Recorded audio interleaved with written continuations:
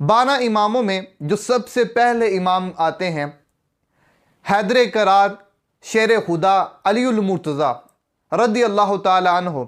आप मुसलमानों के अमीरुल मोमिनीन खलीफा चहारम हैं। आप मुसलमानों के चौथे खलीफा हैं। आपकी कुनियत अबुल हसन, आपका लक़ब अबू तुराब। अगर कोई शख्स आपको अबू तुराब कह के पुकारता तो आप बहुत ज़्यादा खुश होते थे। किसी शख्स ने पूछा कि ए अमीरुल मोमिनीन, जब कोई आपको अबू तुराब कह के पुकारता है तो आप बहुत ज़्यादा खुश होते हैं, इसकी वजह क्या है?